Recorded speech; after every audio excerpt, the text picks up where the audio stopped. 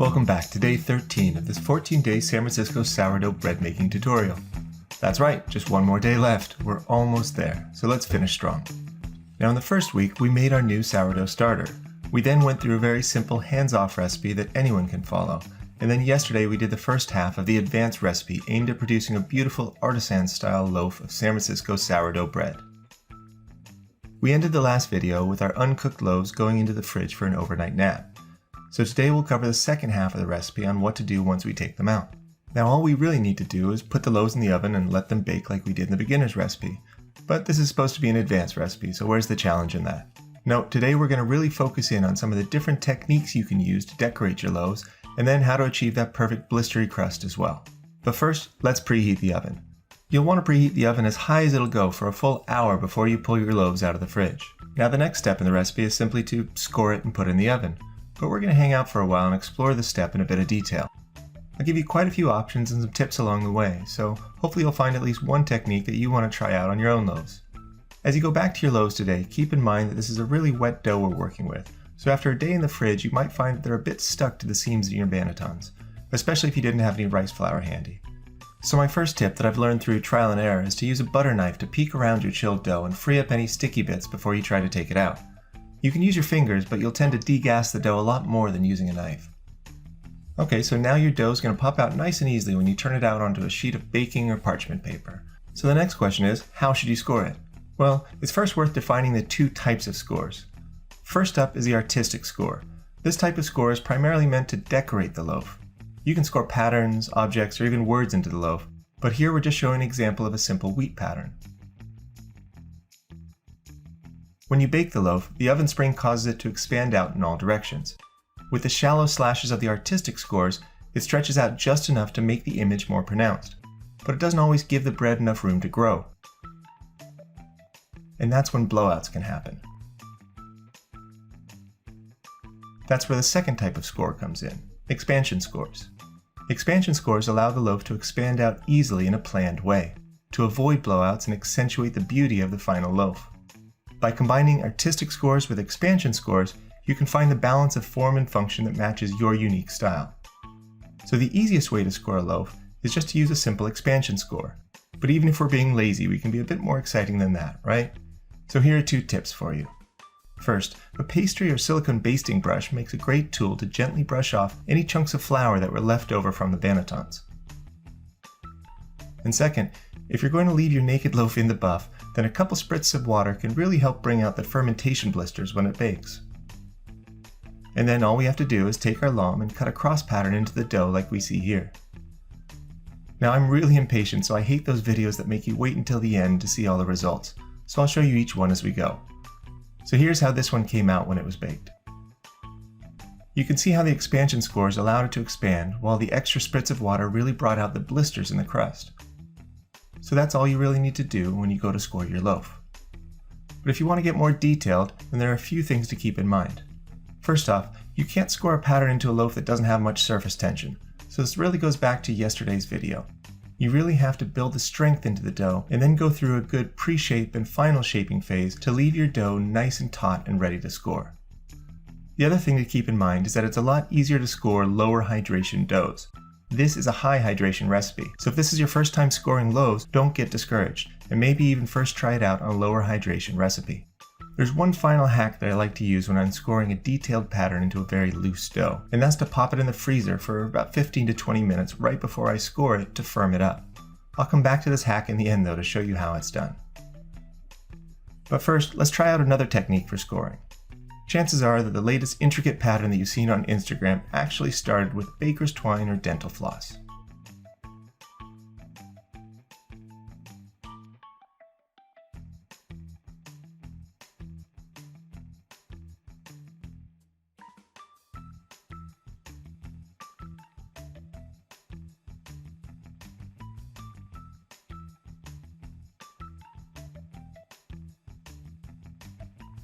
And here's how that one looks. Another tip is to sketch your pattern first with a toothpick. That way if you don't like the way it looks, you can just erase it and start over.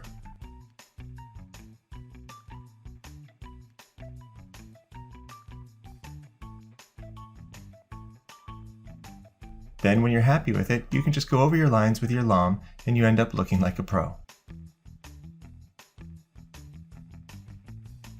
And here's that one fully baked.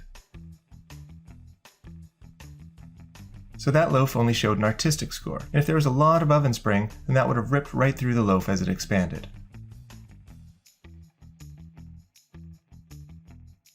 One way to handle this is with a circle or box cut around the design that serves as the expansion scores to absorb the oven spring. Notice that the expansion scores are generally a lot deeper than the artistic scores, and I'm using a special curved lame here to help scoop under the dough and give it the best chances at growing into raised ears that everyone loves to see on their loaves. But you can do the same thing by angling whatever lame you're using if you don't have one of these. Keep in mind though that ears are a lot harder on boules than other shapes like baguettes or a batard, but we'll come back to that in a little bit. For now, let's see how that loaf baked out.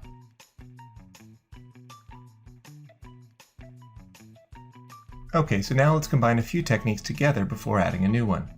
We'll start by sketching an outline of a big leaf.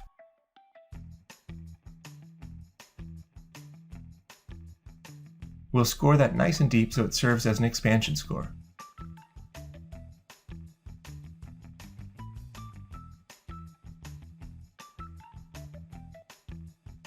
Then we'll mark the center with some dental floss before scoring the leaf pattern into it. Now these are artistic scores that are much lighter than the outline.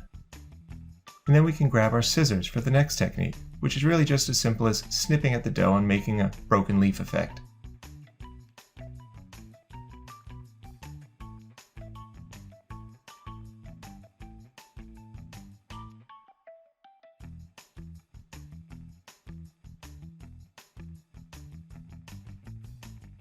And here's how that one looks when it's baked.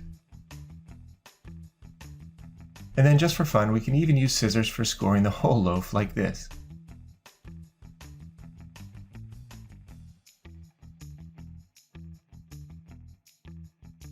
And if this were a less hydrated loaf, then the spikes would have stuck out more when it was baked. So then I put out the early pictures on Instagram and I asked what I was missing, and I got quite a few people asking about ears. Now I already mentioned that ears are pretty tricky on boules, but they're a lot easier on batards and baguettes. I think baguettes needs to be a video of its own, so I thought I'd give you some tips on getting a good ear on a batard. But instead of just an ear on its own, I thought we'd add another technique that I'd forgotten to mention, the humble stencil. Now you can buy a stencil online if you want, but you can also make them really easily by just cutting out whatever pattern you want into a sheet of paper, baking paper, or even tin foil. So here's one I made this winter for a basic snowflake pattern. You can just put this over your dough and dust it with flour and then carefully lift up. If you make a mistake, it's not a problem because you can just wipe it off and start again.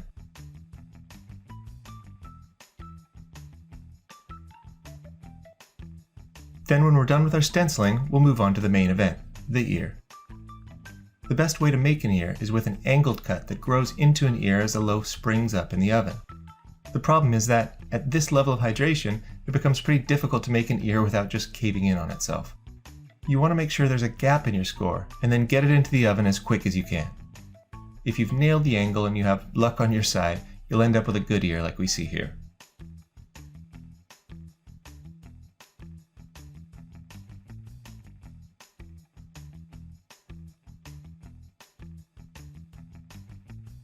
So back to the hack I mentioned about freezing your loaves before scoring. If you do it for only about 15 to 20 minutes, then you can get it just cold enough to firm up the dough without getting it too cold to worry about freezing your loaves. To make sure that it cools down evenly, you can put a tea towel on the exposed top part of the loaf before it goes into the freezer. Then when it's time to score, you get a few extra minutes of a nice firm surface to score on before it starts spreading out.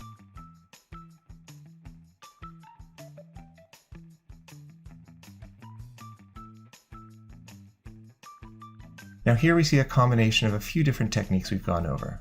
Chilling, sketching with a toothpick, artistic scores, and then, right before we put in the oven, a big angled expansion score for an ear.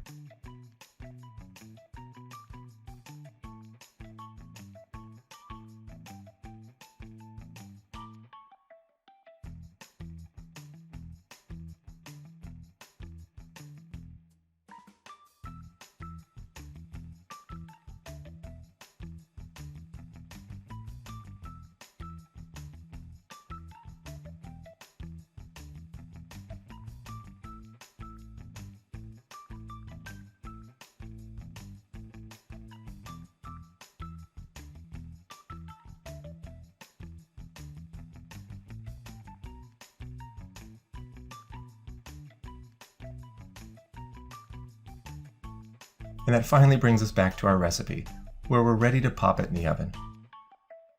This is where we get to the topic of crust formation. If you just pop it in the oven, your crumb will be perfect, and your crust will be, well, it'll be okay.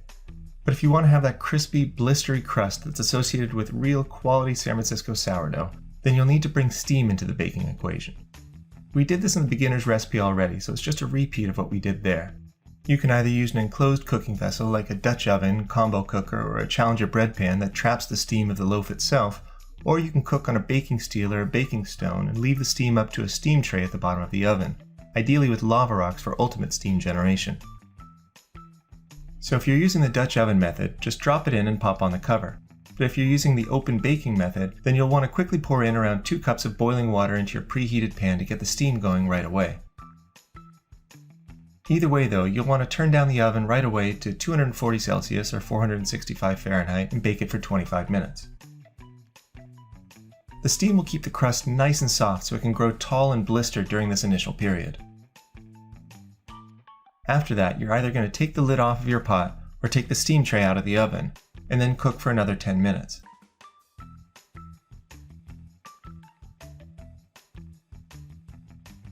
This is when the crust will start firming up and turning brown.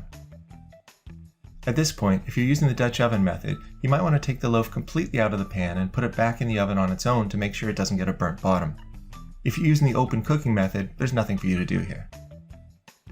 Then just turn down the oven to 215 Celsius or 420 Fahrenheit and bake it for about 10 to 20 minutes more until you get the color you like in your crust. Then it's finally time to take it out of the oven and inspect your handiwork. To be honest, it probably will taste pretty darn close to the no-knead beginner recipe we did earlier in the series. So why go through the extra effort? Well, I have a feeling that after you've tried the beginner recipe, you'll be looking for the next challenge, and this is it. It's not a matter of making it taste better, it's just a matter of making it better overall. It's about striving to make every loaf better than the last. And trust me, some days will be better than others. That's why some days I feel like I've got sourdough mastered, and other days I feel like I have no idea what I'm doing. It's both empowering and humbling at the same time. But overall, it's a hell of a lot of fun, and I really hope you find the same when you give it a go. So now it's your turn to try it out. Let me know what worked for you and what didn't. And most importantly, get me any questions you might have as soon as you can, because there's only one video left in the series, and I've bookmarked it for answering all the questions that I can that come from you guys following the course. So all that's left for me to do is again thank you for watching, again ask you to like and subscribe, and again, for the last time, tell you that I look forward to seeing you for the last day of this series, where we'll answer all your outstanding questions. But until then, happy baking, and bye for now.